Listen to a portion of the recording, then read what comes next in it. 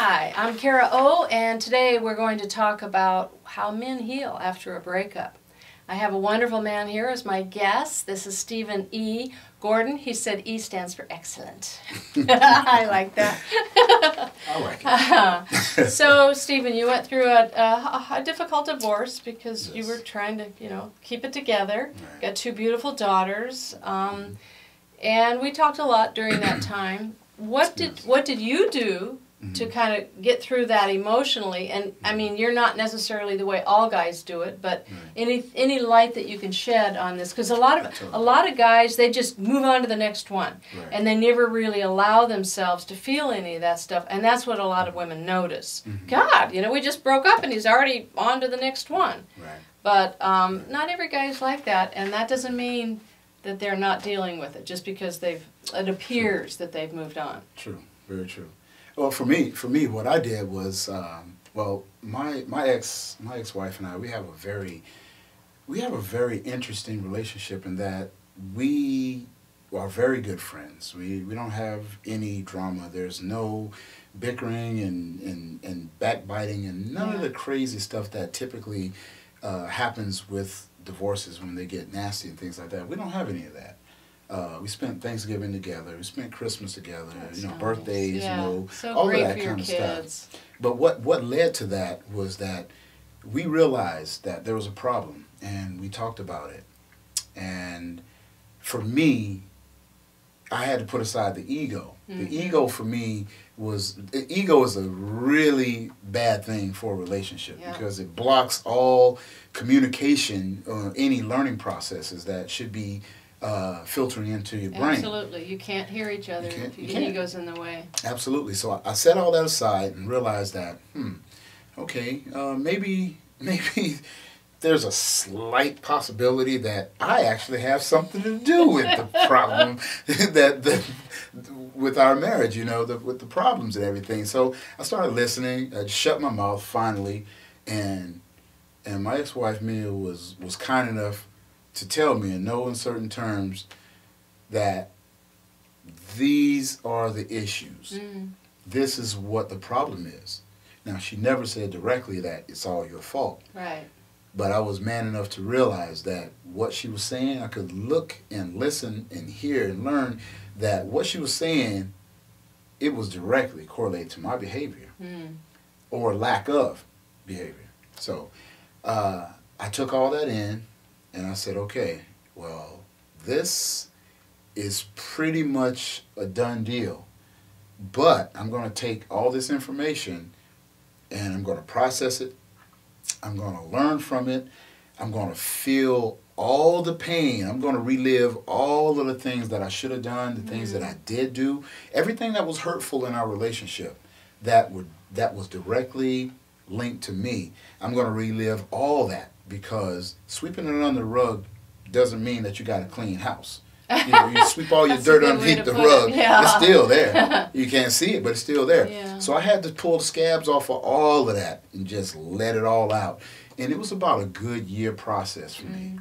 And every single day, it was torture. But I relished it because I knew that it was going to bring me closer and closer to clarity.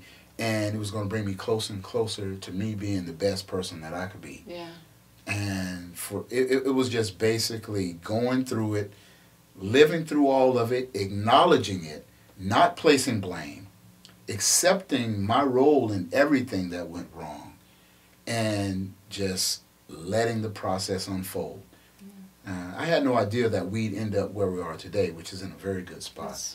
When couples can do that, it's so great. It is. It is. Especially, I mean, if there aren't any kids, but when there are children, it just breaks my heart. When you've seen couples where they're at each other and the kids are torn because they love them both, but they hear each partner bad-mouthing the other, and they don't want to take sides. They want to, you're doing great. Absolutely. I mean, I'm a product of that. I saw that with my own parents. So that's the one thing that I for sure didn't want to see. Right. And interestingly enough, my ex-wife is a product of that as well. So she saw her parents go through that. Interesting, yeah. And so we both said, hey, no dice. We don't want our kids to see what we saw. Right. So we decided that, and we talked about it, and we sat up for days on end. Yeah. And talked and shed tears, and we yelled a little bit, and we laughed a little bit, and we eventually got to a spot where we knew that no matter how much we loved each other, and we still love each other dearly to this day, but we knew that it just wasn't working, and something needed to happen, something needed to change in order for us to be able to move on. Yeah. And we went ahead and did that, and it was basically like the cartoon where you've got the sheepdog and you've got the wolf, and they both come in and they see each other in the morning and they greet each other, and they're all warm and nice and everything, and then they punch in, and then immediately bam, bam, bam, bam, bam, bam. Yeah. Oh, is it time to stop? Okay, cool. Bye. All right, cool. We'll see you tomorrow. We do this again tomorrow.